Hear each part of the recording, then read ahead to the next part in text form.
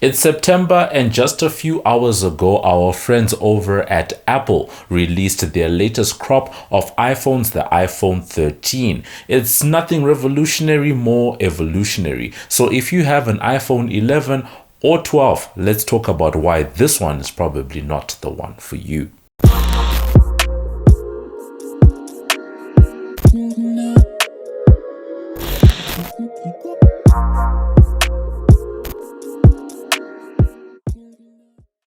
Hey, what up? It's your boy MobbJustice back again with another video, and for today we are chatting about the latest crop of devices that have just come out from Apple. That is the iPhone 13, new iPads, as well as a new Apple Watch Series 7. As always, this video is brought to you by the team over at Lion Media. Head on over to check out some of the crispiest photo, video, and audio content. That's www.lionmedia.com. Head on over, check it out, and just see what the team can do for you. On Tuesday, Apple held its September event, and as I said, they launched new iPhones as well as new iPads and the new Apple Watch. And as always, when it comes to these Apple keynotes, we've been noting this over the last year or so through the pandemic. It was not an in-person keynote, and once again, high production value, and Apple just flexing all of its muscles again. One quick observation about the keynote as a whole is that it did not strike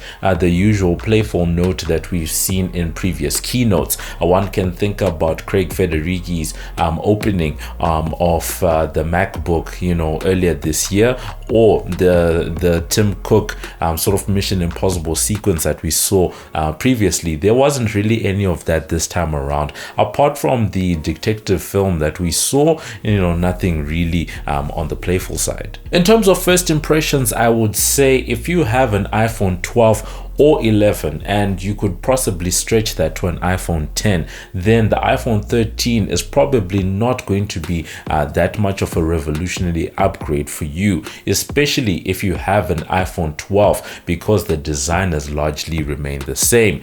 The one big change, which is small, is the fact that we now have a slightly smaller notch. But just the fact that this notch still exists in 2021, it just doesn't make any sense, at least to me, for a company that's as big as Apple is, right? If you think about it, right, this is probably the longest that Apple has kept a particular design language for. Yes, I do understand that the iPhone 10 and 11 had rounded corners, whereas the 12 and now 13 have flat edges and all of that. But what I'm referring to is that notch design that's become sort of a signature for Apple products. If you think about the fact that the first iPhones out there like this is an iPhone 3GS. This is probably a similar design to what we saw on the first iPhone, though there was a silver back, as well as the second generation and the 3GS. So it was a similar design language. And then after that, the iPhone 4 and 4S had their own,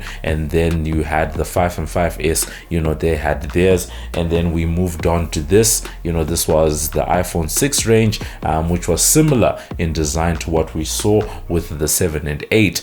But with the notch design, we've seen it on the iPhone 10, the 10s, as well as the 11, the 12, and now the 13. So that's 5 different generations of phones that have largely carried a similar design language. And if you think about it, that's probably the big story here, and why over the last couple of weeks there were leaks of what the iPhone 14 could potentially look like that were given out by John Prosser. And I would actually stake that part of the reason why those leaks took off and why people were excited is simply because it was a departure from especially the notch design, because those leaks, they were showing a hole punch cutout, right? Yes, they are now showing possibly some design cues from the iPhone 5, etc. But I really do think that that notch design, people are now tired of it. I would actually go so far as to say that Apple could probably get rid of that thing, but it's probably become a signature of some sort, a way that Apple is able to guarantee that people can immediately recognize an iPhone iPhone when they see one, because if one remembers, you know, this type of design from back in the day, everyone knew that if you saw a phone, you know, with a big forehead, a big chin, with the home button in the middle, that is an iPhone. It became one of those instantly recognizable things, and I would go so far as to say that Apple's probably trying the same here. In terms of some of the other standout features, there was a lot of emphasis on the issue of services. This is something that we've spoken about, the fact that they're trying to push Apple Music, Apple TV Plus, iCloud, and all of that. And we saw that being bundled, you know, with a couple of the products that they were, you know, mentioning earlier on, probably looking to reduce their reliance when it comes to hardware. And whilst Apple has taken quite a strong stance on privacy over the last couple of years, it was interesting to note that they did not really say much about a proposed you know, child privacy feature, which has become controversial in recent times. The other big thing is the fact that you know, prices for Apple products remain largely the same, which is quite high, but for a company that is trying to get into some of the lower end type of markets and push services, they do need to find ways of adjusting some of their pricing. The story of the iPhone 13 is more about the incremental changes that have been made inside the devices in terms of some of the hardware that's actually being used. Getting into the actual device announcements, on the iPhone side, we first saw the announcement of the iPhone 13 and iPhone 13 mini, and the big news there is the fact that largely the same design, except that there's now a smaller notch, and on the back you have a new camera design. You now have the two cameras being diagonal as opposed you know, to being vertical, and then they're now using the new A15 Bionic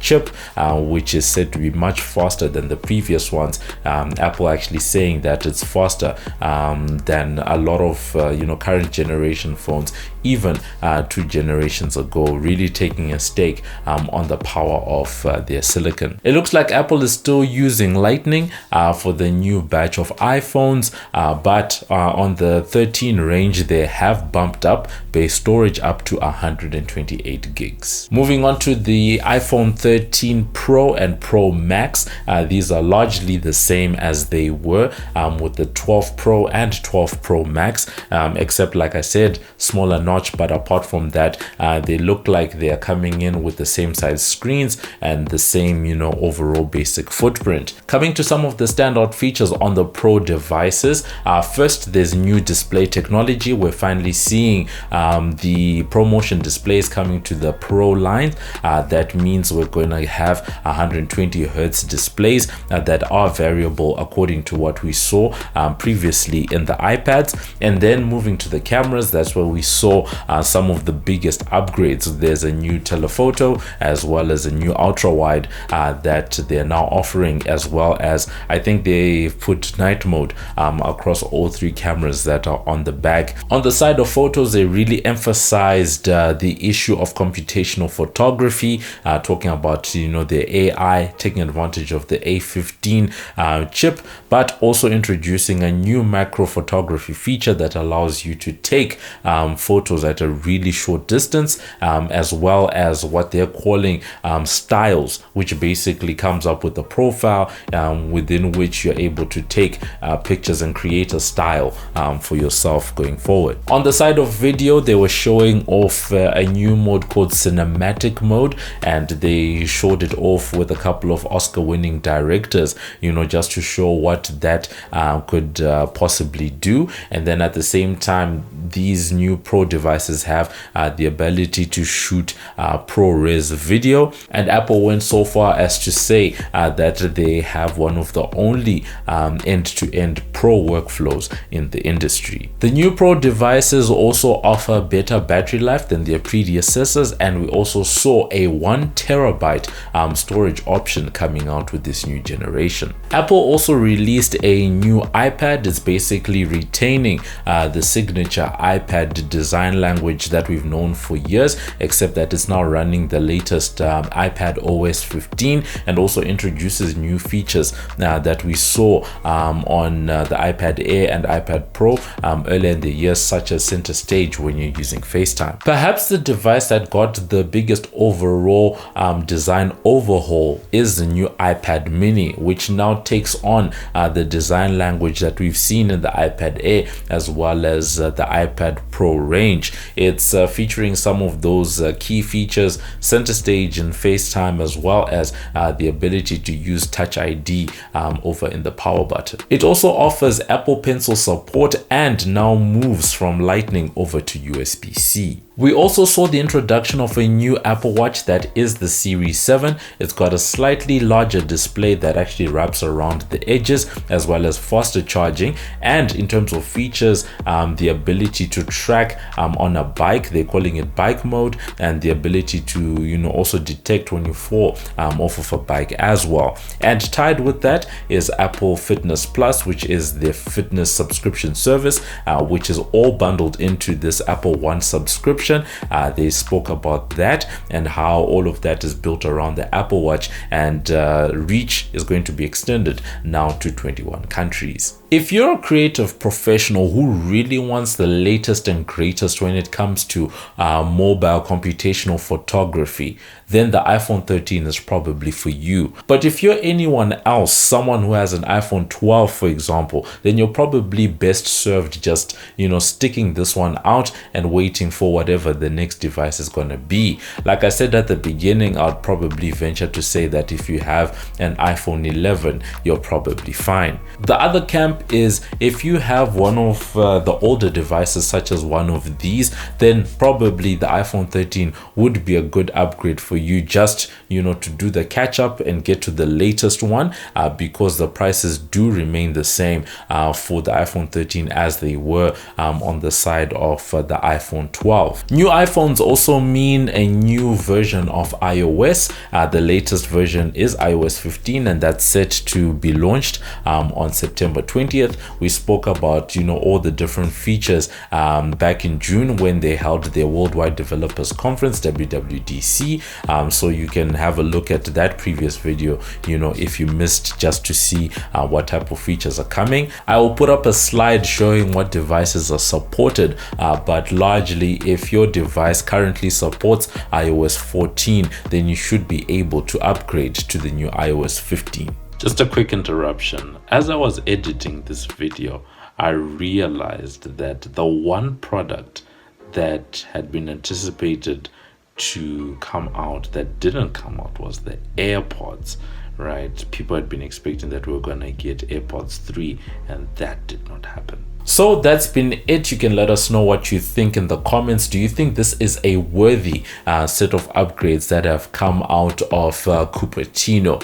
What do you think? Are you going to be upgrading? Do you have an iPhone 12, 11 or 10 that you're looking to upgrade? Do you think this is something that is worth it for you? Or are you one of those people that just does not care? If you're an Android device user, is this version of the iPhone one that's tempting you to cross the proverbial line and come over to the side of iPhone? Otherwise, in the coming weeks and months, we will be looking forward to another event that Apple may have to introduce a new line of Macs with the latest version of their silicon, whether it's called the M1X or the M2, we don't know, but we are crossing fingers that does happen. But until then, you can let us know what you think of this episode. Thank you to everyone who's been supporting us. I'll catch you guys in the next video.